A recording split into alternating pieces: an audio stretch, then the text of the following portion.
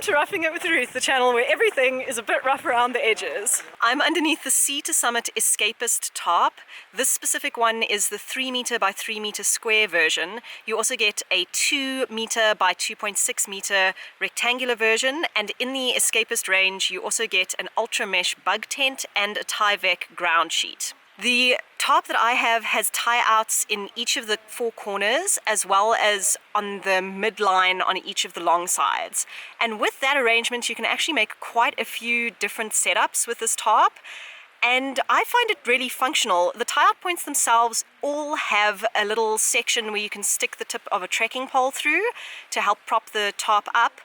And the way that the guy lines are attached is really clever. They have the tensioner right next to the tarp, which means that when you're underneath the tarp, you can just stick your hand out the side, grab the end of the guy line and tension it from inside the tarp without actually having to get up and go out into the rain and tension your tarp, which is really nice. The tie-out points as well, where the trekking poles go in, are very well reinforced. They spread the weight quite evenly from the point where you pull on the guy line, and that makes the setting up of the tarp quite a lot easier.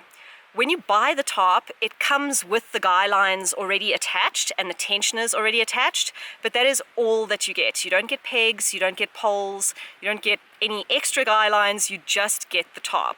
When I bought it, I got it from Drifters in Bryanston, and it cost 2,800 Rand, so it is quite a pricey tarp, especially considering you don't get any extras with it. Because the tarp is made out of nylon, obviously when it gets wet it is going to stretch slightly. It stretches a little bit and you tension it up and it goes right back to being taut again.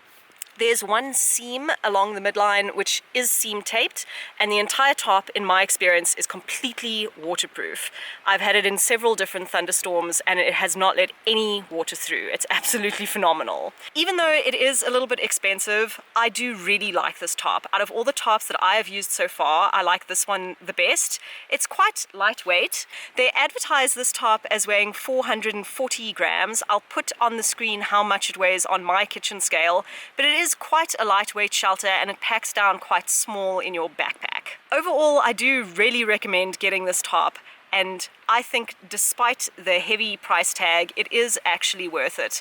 And it seems to me like it's going to last for a really long time. Even when I try setups with a trekking pole in the middle of the tarp, pushing up in the middle of the tarp with a pair of socks on it, it never deforms the shape of the tarp. The second I take the tarp down, it's instantly back to a flat tarp. It doesn't bend or stretch anywhere where I've put tension on it, which I think is really good. Thank you so much for watching this video. If you would like to see more from me, then you can click on my channel name to see other videos that I've made in the past, or you can subscribe to my channel to see videos that I'm going to make in the future.